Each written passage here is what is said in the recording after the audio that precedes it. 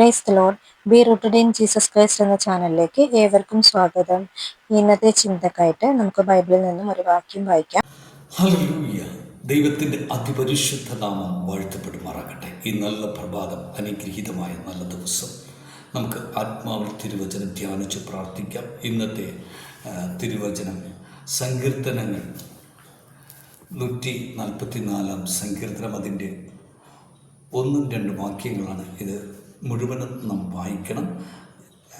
1 മുതൽ 15 വരെയുള്ള വാക്യങ്ങളാണ് ഇന്ന് ധ്യാനിക്കുവാൻ.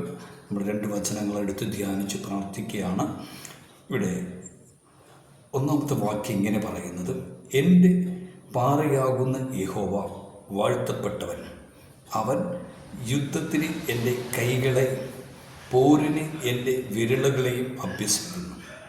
എൻ്റെ ദയയായവൻ, എൻ്റെ കോട്ടയായവൻ, എൻ്റെ ഗോപുരമായവൻ, എൻ്റെ രക്ഷയായവൻ, എൻ്റെ പരിചയായവൻ, ഞാൻ ശരണമാകുന്നവൻ, എൻ്റെ ജനത്തിൽ എന്നേക്കും കീഴെ അവൻ തന്നിരിക്കുന്നു. ആമേൻ. ഹല്ലേലൂയ. കർത്താവ് എത്ര മനോഹരമായ വചനം ദാവീദിലൂടെ നമുക്ക് തന്നിരിക്കുന്നു ഈ പ്രഭാതത്തിൽ.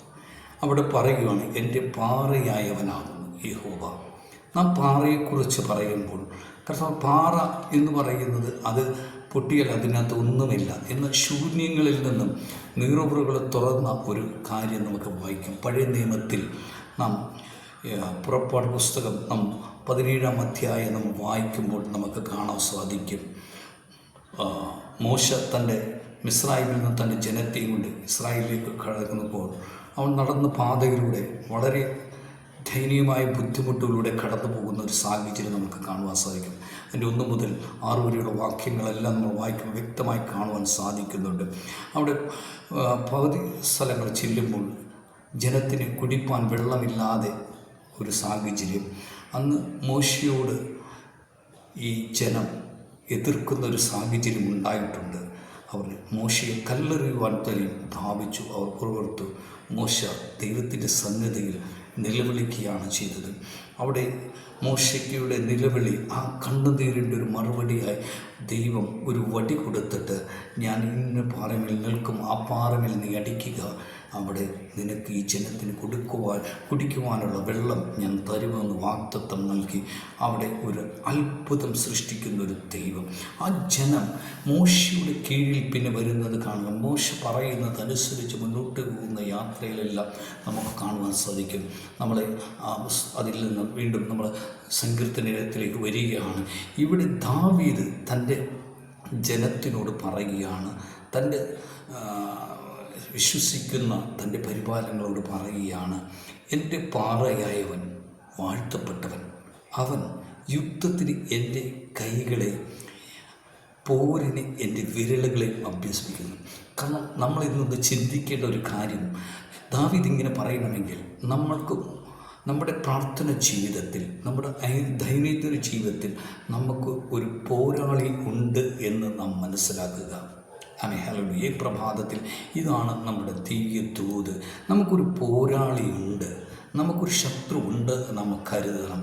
നമ്മുടെ ജീവിതത്തിൻ്റെ സകല മേഖലകളും അടയുമ്പോൾ അവൻ നമ്മളെ താങ്ങി, അവൻ പരിപാലിച്ചു, അവൻ്റെ ആ കോട്ടയുടെ മുകളിൽ നിൽക്കും. എന്നാൽ നമ്മുടെ ഈ ജീവിതം ഒരു ട്രെയിനിങ് പീരീഡാണ്. ഒരു പോരാട്ടത്തിൽ നാം തയ്യാറായിരിക്കുകയാണ്. ഒരു പ്രാർത്ഥന ജീവിതത്തിൽ വിശ്വസിക്കുന്ന ഒരു പ്രാർത്ഥന പോരാളിയുടെ ജീവിതത്തിൽ പ്രതികൂലങ്ങൾ ഉണ്ടായിരിക്കും. ആ പോരിനെയാണ് ഇവിടെ ദാവീദ് നമ്മുടെ ഈ വചനത്തിലൂടെ പഠിപ്പിക്കുന്നത്. അതുകൊണ്ട് നാം ഇന്ന് എവിടെയാണ്? അവൻ്റെ ദയയിൽ, അവൻ്റെ കോട്ടയിൽ, അവൻ്റെ ഗോപുരത്തിൽ, അവൻ്റെ രക്ഷയിൽ, അവൻ്റെ പരിചയിൽ അവനെ നാം ശരണം പ്രാപിക്കണം.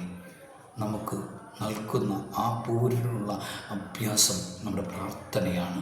പ്രാർത്ഥിക്കുന്ന ഏതൊരു പൈതലിൻ്റെ ജീവിതത്തിൽ വിജയം തന്നെ ഉണ്ടാകും. ഒരിക്കലും അവൻ പരാജയപ്പെടുകയില്ല. പ്രതികൂലങ്ങൾ കണ്ട് നമ്മൾ പതറിയില്ല. കാരണം മോശ പ്രതികൂലങ്ങളെ കണ്ട് പതറിയില്ല. അവൻ ദൈവത്തോട് നിലവിളിച്ചു, പ്രത്യാശയോടെ നിലവിളിച്ചപ്പോൾ അവനൊരു മറുപടി ദൈവം നൽകി. നമ്മുടെ കണ്ണീരിന് മറികടക്കുന്നൊരു ദൈവമല്ല. നാം കരയുമ്പോൾ നമ്മുടെ കണ്ണുനീർ, നമ്മുടെ ഹൃദയത്തിൻ്റെ കണ്ണുനീർ നമ്മുടെ വിഷയങ്ങൾക്ക് വേണ്ടി നമ്മൾ ചെലവഴിക്കണം. നാം സമയമല്ല അവിടെ ആഗ്രഹിക്കുന്നത്. നമ്മുടെ പ്രാർത്ഥനയുടെ ആ നിലവിളി ദൈവത്തിൽ കേൾക്കുവാൻ ഇടയാകണം.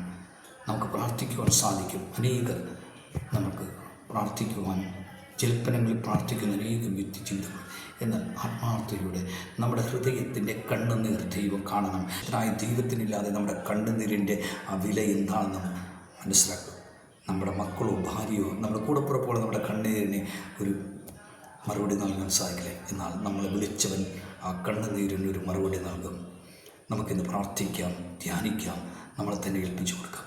സർവശക്തനും കാരുണ്യവനും നല്ല ദൈവമേ, ഈ നല്ല പ്രഭാതത്തിൽ ഞങ്ങളെ കർത്താവെ സങ്കീർത്തനം 144 അതിൻ്റെ 1ഉം 2ഉം ദാവീദ് പ്രാർത്ഥിച്ചതുപോലെ, കർത്താവ് യൂശുവ പ്രാർത്ഥിച്ചതുപോലെ, കർത്താവ് അനേകം വിശുദ്ധന്മാർ പഴയ നിയമത്തിലും പുതിയ നിയമത്തിലുമായി പ്രാർത്ഥിച്ച വിശുദ്ധന്മാരും അപ്പോസ്തലന്മാരും എല്ലാവരും പ്രാർത്ഥിച്ചതുപോലെ അവിടുന്ന് ഞങ്ങൾ വിളിക്കപ്പെട്ടിരിക്കുന്ന ഞങ്ങൾ അവിടുത്തെ സ്വന്തം ജനം ഞങ്ങൾ പ്രാർത്ഥിക്കുന്നു.